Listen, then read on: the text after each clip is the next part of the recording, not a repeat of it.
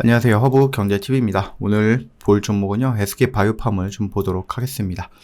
어, 우리가 계속해서 좀 언급을 해드렸던 종목이긴 한데요. 이번은 이제 기업 분석편이라고 해서 제가 이제 여러분들한테 설득을 한번 해보는 거죠. 왜 이거를 봐야 될까?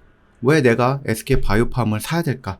내가 돈이 있으면은 이걸 왜 투자를 해봐야 될까? 라는 부분에 대해서 여러분들한테 한 3개, 4개, 5개? 한 요 정도로 여러분들한테 좀 말씀을 좀 드려볼 테니까 여러분들도 한번 좀 들어보세요. 그리고 나서, 좀 투자할 때 좀 도움이 되면 좋을 것 같아요. 일단은요, 돈 잘 벌고 있어요. 현금 창출력도 증명이 되고 있죠.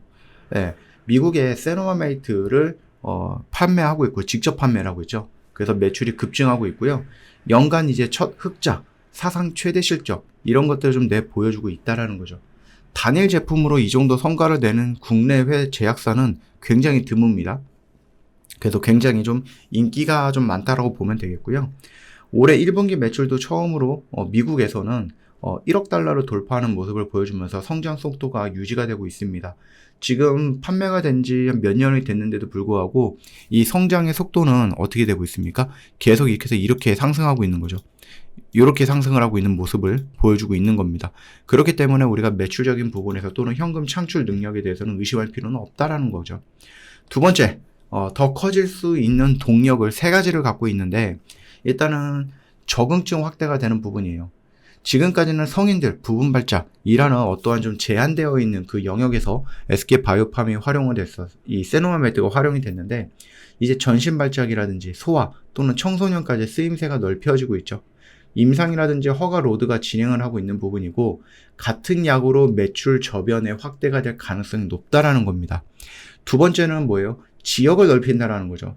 지금은 미국에서, 그 다음에 중국, 유럽이죠. 그쪽에서 일단은 좀 활발하게 운영이 되고 있는데, 곧 일본이라든지 중국이라든지 한국, 동북아시아라든지 뭐 유럽의 다른 나라들까지도 확장을 본격화하고 있는 중입니다. 그렇기 때문에 지역 다변화로 인해서 매출 안정성을 높였다라고 보시면 될 것 같고, 그리고 이제 약을 판매하는 것이 아니라 그 약을 판매하는, 그래서 그 약을 좀 복용하고 있는 환자들에게 이 디지털 헬스케어 제로라는 이거를 활용을 해갖고 그들을 조금 더 케어해주는 듯한 모습이 연출되는 거죠. AI 기반의 뇌전증 관리 플랫폼이죠. 제로. 이게 미국과 캐나다 쪽에서 상용화하려고 하는 내용이, 이 계획이 구체화되고 있다는 얘기예요. 그래서 약과 디지털, 이 결합을 환자 데이터 축적으로 장기 진입 장벽을 만들고요. 약 이외의 수익원까지 좀 추가를 하겠다. 물론 이제 합작사 멘티스케어 출범하고 미국이라든지 캐나다 쪽에 상용할 계획도 발표한 모습을 보여주고 있어요. 이게 왜 여러분들이 뭐 주식을 잘 모르는 분들도 있기는 하지만 이게 왜 가능한가? 왜 초보자라든지 아니면 여러분들이 이 종목을 좀 봐야 되는가라는 부분에서 이미 미국에서 약을 팔고 있고 그 약을 더 많은 환자, 더 많은 나라에 쓰게 되는 스토리를 갖고 있는 거죠. 복잡한 파이프라인을 의존하는 게 아니고요.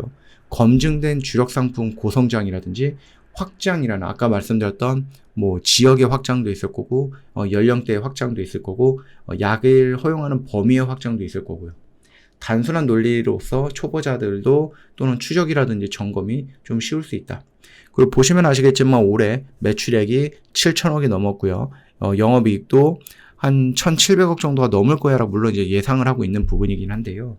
일단은 뭐 목표로 했었던 7천억은 무난하게 통과가 되지 않을까, 높지 않을까, 이런 부분도 있습니다.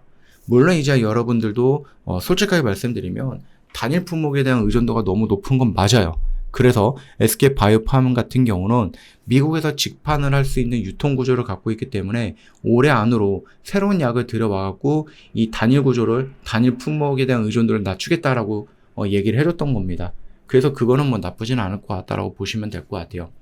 어느 정도 좀 해결을 할 수 있는 부분이고, 이거에 대해서 SK바이오팜 관계자들도 어느 정도 이해를 하고 있고 인정을 하고 있다라고 보셔도 되겠죠. 그리고 뭐 관세 리스크 이런 것들도 있는데 그것들은 뭐 이 SK바이오팜만 받는 거는 아니에요. 다른 것들도 다 받는 부분이고, 다만 SK바이오팜에서는 이 관세 리스크를 줄이기 위해서 미국령에 있는 곳에다가 이미 공장을 갖고 있는 누군가들과 같이 뭐했다? 계약을 맺은 거죠.